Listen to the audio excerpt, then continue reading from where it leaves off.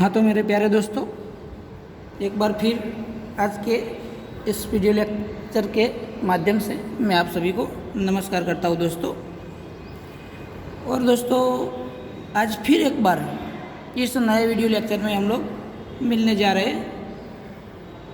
कल तक हमने हमारे आगे के 3 चैप्टर तक का कोर्स पूर्ण किया है दोस्तों,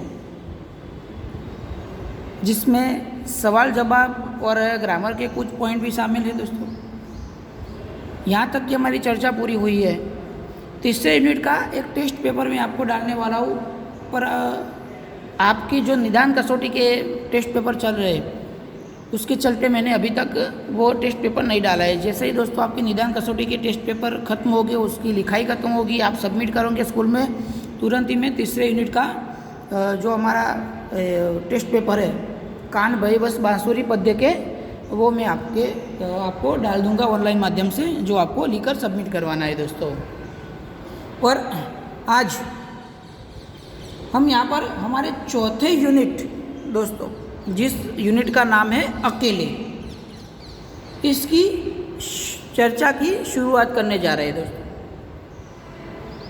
ये एक ऐसी कहानी है दोस्तों जिसमें एक बूढ़ी औरत की अकेलेपन की यहाँ पर दोस्तों उसका वर्णन किया गया है।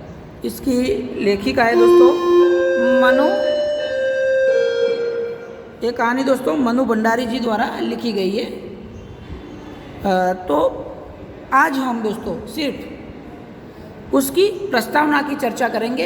एक मनु भंडारी एक आधुनिक लेखिका है दोस्तों, जिसने आधुनिक ढंग से नए तौर तरीकों से अपनी वार्ताओं को लिखा हुआ है। कुछ वार्ता के संग्रह भी उसके जो बहुत हिंदी भाषा में बहुत अग्रक्रम प्राप्त किया है इस वार्ता संग्रह के दोस्तों। तो उसकी प्रस्तावना की चर्चा शुरू करते हैं दोस्तों, और कल शायद मैं आपको तीसरे यूनिट का वो टेस्ट पेपर भी आपके समक्ष रख दूंगा दोस्तों। तो चलो आज ये चौथे यूनिट की प्रस्तावना की शुरुआत करते। एक लिखी हुई है एक कहानी मनु भंडारी, जो कि आधुनिक लेखिका है और प्रोफेशन से वो एक प्राध्यापिका भी है। उनका जन्म हुआ था 1931 में दोस्तों, 1931 में उनका जन्म हुआ है। यहाँ पर मनु भंडारी का जन्म मध्य प्रदेश के बागपुर नामक ग्राम में हुआ था। मध्य प्रदेश की रहने वाली है, बागपुर नामक एक गांव में उनका जन्म हुआ था। मनु भंडारी के व्यक्तित्व के विकास में उनके पिता का बहुत बड़ा योगदान रहा हुआ है।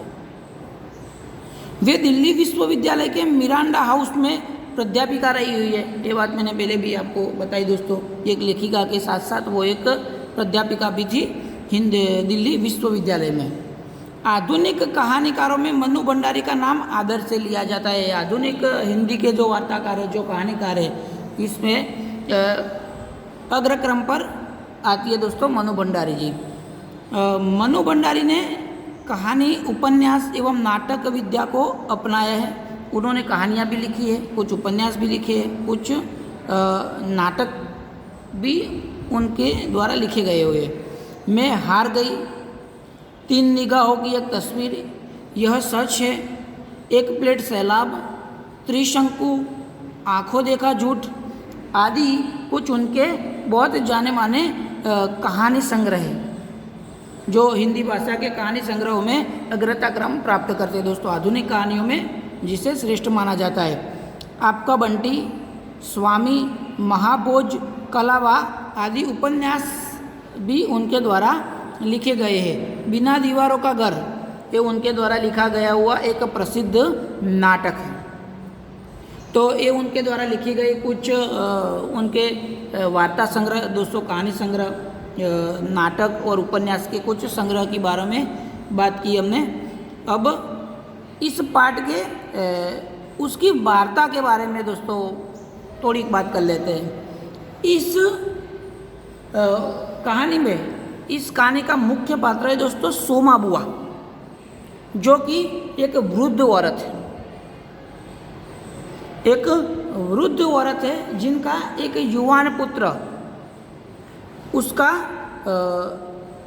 उसकी मृत्यु हो गई है दोस्तों, उसका निधन हो गया है। अब घर में सिर्फ 2 ही लोग रह जाते हैं, ये सोमा बुआ जो कि एक बुढ़िया है, जो एक वृद्ध स्त्री है, और उनके पति। पर उनके युवान पुत्र के मृत्यु हो जाने के कारण उनके पति का संसार के प्रति विश्वास डगमगा जाता है दोस्तों। पर वो अपनी पत्नी यानी कि सोमा बुआ की और अपने परिवार के दूसरे सभ्य या अपने समाज के लोगों की परवाह किए बिना वो तीर्थ यात्रा पर निकल जाते हैं। अलग अलग जगहों पर तीर्थ करने में वो उनका समय व्यतीत कर देते हैं। पर पुत्र के मृत्यु के बाद पति ऐसे उनका व्यवहार कुछ ऐसा हो गया कि वो अपना पूरा समय तीर्थों में ही बिताया करते थे, यानी कि घूमते रहते थे, यहाँ पर अलग अलग जगह पर घूमते रहते थे दोस्तों। वो भी अब घर या परिवार से उनका कोई लगाव रहा नहीं था। और ऐसे समय पर ऐसी परिस्थितियाँ पैदा हो गई थी कि सोमा बुआ अब अपने आप को अकेला महसूस करने लगी थी दोस्तों। घर में उनके साथ रहने वाला या बातचीत करने वाला कोई नहीं बचा था, इसलिए उनके अकेलेपन की इस कहानी में चर्चा की गई है दोस्तों। पर सोमा बुआ अपने अकेलेपन को दूर करने के लिए क्या क्या करती है, किस तरीके का उनका व्यवहार रहता है। उनका व्यवहार कुछ इस तरह हो गया था दोस्तों कि बेगाने शादी में अब्दुल्ला दीवाना, कुछ इस तरह की बात थी कि अपने रिश्तेदारों में या उनके गांव में या परिवार में या दूर किसी रिश्तेदार में किसी के घर पर कोई गम का या कोई खुशी वाला कोई भी कार्यक्रम या प्रसंग हुआ करता था तो उसमें सोमा बुआ बढ़ चढ़ के हिस्सा लिया करती थी, चाहे उनको निमंत्रण भेजा गया हो या ना भेजा गया, उसके लिए वो बात का कोई मतलब नहीं रहता था। पर वो अपना अकेलापन दूर करने के लिए ऐसे प्रसंगों में जाने का आग्रह रखती थी, बढ़ चढ़ के उसमें भाग लेती, उसमें हिस्सा लेती थी दोस्तों। और इसी ही तरह की कुछ कहानी का इस यूनिट में मनु भंडारी जी ने चर्चा की है दोस्तों। कहानी में क्या है, इस व्यवहार का किसी भी प्रसंग में बिना बुलाए चले जाना, इस व्यवहार का सोमा बुआ के अकेलेपन को क्या वो दूर कर पाएगा।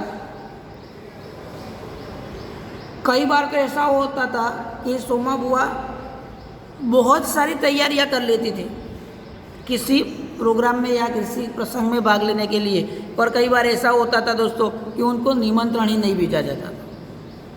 तो अपने अकेलेपन को दूर करने के लिए क्या क्या प्रयत्न करती है सोमा बुआ, उसका क्या परिणाम उनको प्राप्त होता है, ये सब दोस्तों इस कहानी का भाग है।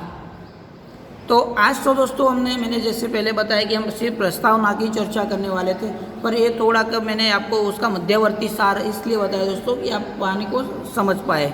और इस कहानी में क्या है वो हम कहानी का जो सार है, गर्भित सार है, उसका जो केंद्र बिंदु है उसके बारे में हम आने वाले यानी कि कल के वीडियो लेक्चर में चर्चा करेंगे दोस्तों। कल अगर वीडियो लेक्चर में होगी तो कहानी के बारे में चर्चा करेंगे, अगर दोस्तों नहीं होती तो कल मैं आपको यूनिट 3 जो पद्य हमारा ख़त्म हुआ है कल, जो 6 वीडियो लेक्चर जिसके हमने चर्चा हुई हमारी 6 वीडियो लेक्चर में जिस पद्य की, उसका एक यूनिट टेस्ट दोस्तों अभी हमारा रह गया है लिखने का, तो शायद मैं कल वो डाल दूँगा। तो हम कहानी के बारे में परसों चर्चा करेंगे दोस्तों। तब तक आप सभी को मेरी यही विनती है दोस्तों कि बार बार वीडियो लेक्चर देखें, अच्छी तरह से पढ़ाई कीजिए। कोई दिक्कत आए आपको तो आप हमारा पर्सनली भी स्कूल पर आकर संपर्क कर सकते हैं दोस्तों। तो मिलते हैं अगले वीडियो लेक्चर में, तब तक आप सभी को मेरा नमस्कार दोस्तों। अच्छे रहिए, स्वस्थ रहिए, मस्त रहिए और अच्छी तरह से पढ़ाई करते रहिए। मिलते हैं हमारे अगले वीडियो लेक्चर में।